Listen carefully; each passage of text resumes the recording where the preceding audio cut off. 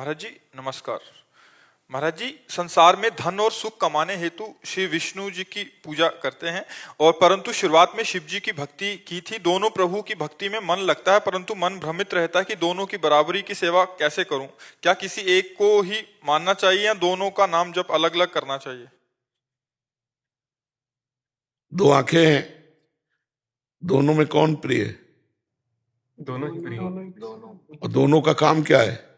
देखना। एक काम है ले तो दोनों एक ही है, विष्णु और शिव। हमें दोनों से बराबर प्यार करना चाहिए, पर दोनों का जो फल होगा वो एक ही होगा। आनंद, सुख, भगवत प्राप्ति। कोई दो नहीं है, न शिव जी न हरि, ये दो नहीं, एक ही तत्व है। वही शिव बना हुआ है, वही हरि बना हुआ है।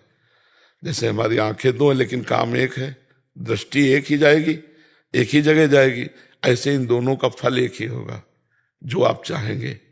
तो अब कभी इनमें छोटा बड़ा मत देखिएगा। अगर शिव जी से पूछा जाए कि आपके गुरु कौन है, आपके इष्ट कौन है, तो कहेंगे हरि। और हरि से पूछा जाए तो कहेंगे शिव जी। नहीं, देखो, रामेश्वर की स्थापना करके भगवान श्री राम शंकर जी की आराधना करते हैं और हनुमान जी रूप में शंकर जी राम जी के चरणों की आराधना करते हैं। हनुमान जी शंकर जी तो है ना। हाँ, तो इसीलिए ये दोनों एक ही हैं। और उपासना बिना शिव की किए, ये हम आपको और बता दें, विशुद्ध हरि की भक्ति नहीं हो सकती, ज्ञान का प्रकाश नहीं हो सकता। भगवान शिव विद्या के आदि गुरु हैं। मतलब अगर शिव की तरफ देखे तो लुढ़क कर मन उधर ही चला जाएगा, और हरि की तरफ देखे तो इधर लुढ़क के आ जाएगा। जिस समय जिधर लुढ़क जाए उधर ही पड़े रहो। बड़ा छोटा मत सोचो, इनमें बड़ा छोटा करना ठीक नहीं है। तो ये मन है और प्रभु वही है, दो नहीं।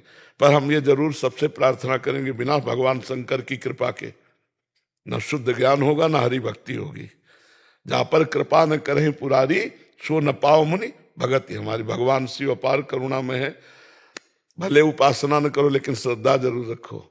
बिना श्रद्धा के, शिव कृपा के बिना हरि भक्ति नहीं मिलती। शिव कृपा के बिना शुद्ध ज्ञान जागृत नहीं होता। शिव कृपा के बिना अहंकार पर शासन नहीं हो सकता। अहंकार के अधिष्ठात्र देवता भगवान शंकर हैं। राम शरण जी जम्मू से। जय जय श्री तारी। महाराज जी, आपके चरणों में कोटि कोटि प्रणाम। महाराज जी, निरंतर भजन हो हमसे और भजन का कोई अहम भी ना हो, इसके लिए किन सावधानियों को रखना आवश्यक है? इनके लिए पहले ही सावधानी की बात नहीं है, पहली वर्ण करने की बात है। किसी भगवत प्रेमी महात्मा का प्रीतम रूप में वर्ण करना। प्रीतम माने तो सबसे ज्यादा प्यारा। बिना इसके इस कोटि का भजन नहीं होगा। भजन न होई संग बिनु, और भजन बिना नहीं प्रेम। छिन्हू भजन न छाड़िए, धरिए याद नेम। किसी भगवत प्रेमी महात्मा का अंदर से वर्ण कर लेना और उनकी आज्ञा के अनुसार चलना, सबसे पहले भजन के लिए जो आवश्यक बात है। दूसरी बात, भजन विरोधी वृत्तियों का त्याग करना। भजन विरोधी, जिस वस्तु व्यक्ति के संयोग से भजन छूटने लगे वो भजन विरोधी वृत्ति है, वो व्यक्ति है, वो वस्तु है, वो स्थान है, उसका हम त्याग करें। जैसे हम गंदी बातें देखेंगे, गंदी क्रियाएं करेंगे, गंदा चिंतन बनेगा, तो फिर भगवत चिंतन तो नहीं हो सकता।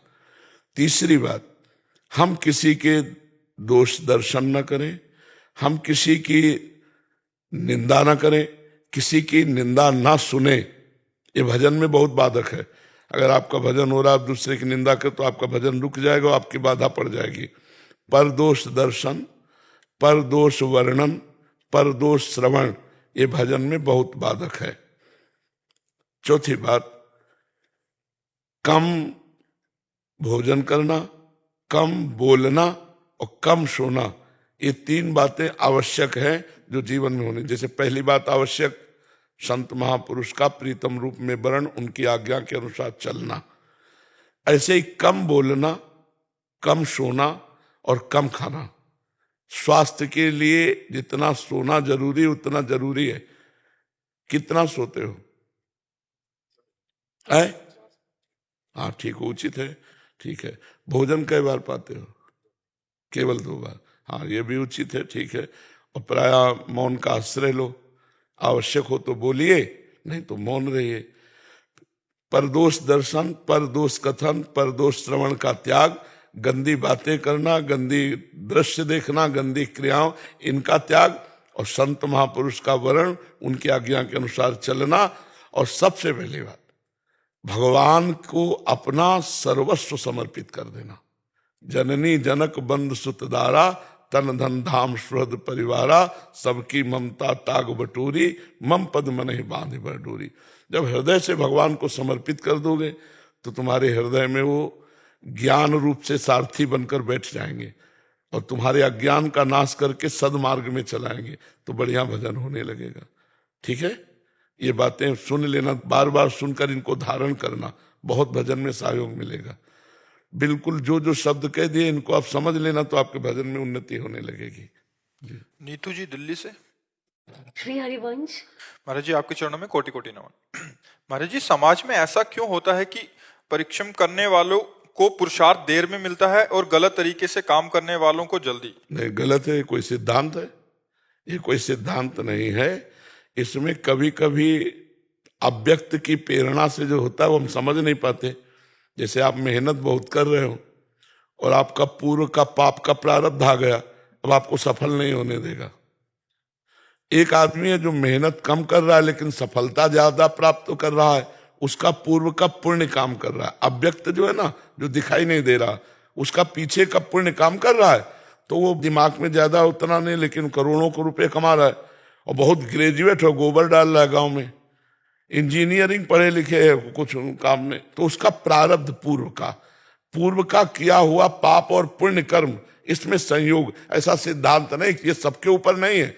कभी कभी कहीं कहीं ऐसा देखा जाता है कि कम कार्य करने में प्रवीण और बहुत उन्नति को प्राप्त हो रहा है, और बहुत ग्रेजुएट कार्य करने में परम प्रवीण लेकिन वो अवनति को प्राप्त हो रहा है। इसमें प्रारब्ध काम करता है, सिद्धांत नहीं। सिद्धांत ऐसा नहीं, अच्छा करने वाला उन्नति को प्राप्त होगा ही पक्का, पर अगर बुरा प्रारब्ध है तो नहीं होगा। मंद बुद्धि वाला पतित होगा ही पक्का, पर अच्छा प्रारब्ध है तो नहीं होगा, उसकी उन्नति होती रहेगी। समझ पा रहे हैं आप? दिवांशु पांडे जी कानपुर से। महाराज जी आपके चरणों में कोटि कोटि प्रणाम। महाराज जी, श्री जी की अहेतु की कृपा हुई और आपके मिलने से जीवन में एक गुरु की खोज पूरी हुई, शरणागति प्राप्त हुई, इसलिए जीवन में अब कोई सवाल संशय नहीं बचा। पूरा जीवन आपके चरणों में अर्पित है। श्री जी की कृपा से तेरा किया मीठा लागे की राह पर चलने की पूरी कोशिश कर रहा हूँ। गुरुदेव, जब से आपसे जुड़ा हूँ एक नशा सा हो गया, बिना सत्संग और एकांतिक सुने रहा नहीं जाता। अधिक से अधिक नाम जाप की पूरी कोशिश करता हूँ, लेकिन मन में एक हमेशा चिंतन रहता है कि मेरे गुरुदेव अब क्या कर रहे होंगे। जैसे दिन में राधा केली कुंज के जाने के बाद क्या कर रहे होंगे। महाराज जी आपकी दिनचर्या जानना चाहिए।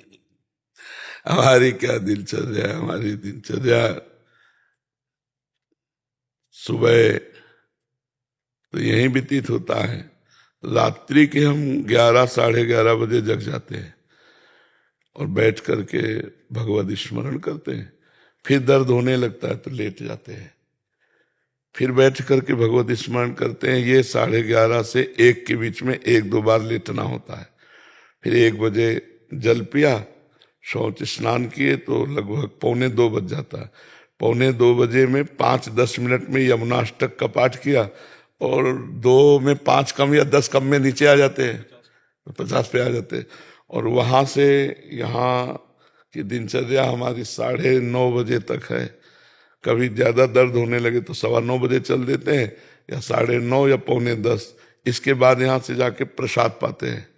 जो ठाकुर जी वहाँ विराजमान है, राधा पी जी, उनका भोग लगता है, थोड़ा प्रसाद पाया। अगर डायलिसिस है तो डायलिसिस में चले गए, 4.5 घंटा वहाँ लगता है डायलिसिस से। फिर उसके बाद वहाँ से आए तो शौच स्नान संध्या वाला, और फिर अपना भजन, और 8 बजे तक शयन।